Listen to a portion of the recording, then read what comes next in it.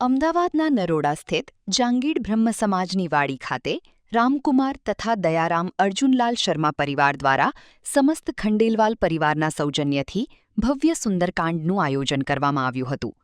કાર્યક્રમમાં પરિવારજનો, સમાજના આગેવાનો તથા મોટી સંખ્યામાં ભક્તો અને આમંત્રિત મહેમાનો ઉપસ્થિત રહ્યા હતા. આચાર્ય નિમેષ મહારાજના સાનિધ્યમાં સુંદરકાંડનું ભાવપૂર્ણ પઠન કરવામાં આવ્યું હતું. આચાર્યશ્રીની મધુર વાણી અને ભક્તિમય વાતાવરણથી સમગ્ર કાર્યક્રમ સ્થળ આધ્યાત્મિક માહોલમાં રંગાઈ ગયું હતું.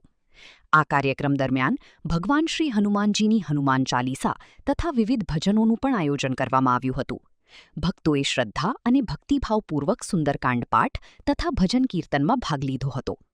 આ પ્રસંગે ભવાનીસિંહજી શેખાવત, પ્રમુખ, અન્ય ભાષાભાષી સેલ, ભાજપ અમદાવાદ, રાજેન્દ્ર પ્રસાદ જાંગીડ, પ્રદેશ અધ્યક્ષ, ગુજરાત અખિલ ભારતીય જાંગીડ બ્રાહ્મણ મહાસભા, જયેશભાઈ પ્રજાપતિ, મ્યુનિસિપલ કાઉન્સિલર, નરોડા સહિત સમાજના આગેવાનો અને મહાનુભાવો ઉપસ્થિત રહ્યા હતા.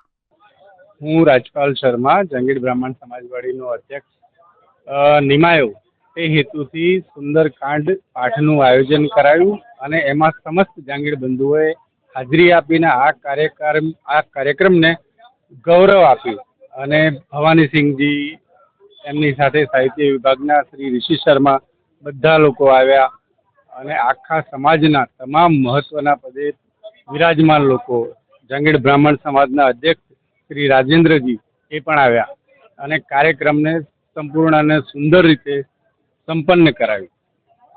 આ એક તો અમારી સમાજવાડીમાં બહુ ટાઈમથી કોઈ સુંદરકાંડનું પાઠ કરાયું નહોતું અને એક પોઝિટિવ વાઇબ્સ આ આખા સમાજવાડીની અંદર આવે તે હેતુથી અને અમારું જે ખંડેલવાલ પરિવાર જે છે આખા અમદાવાદમાં એ એક જગ્યાએ એકત્ર થાય એના માટે આ આયોજન કરાયું હતું.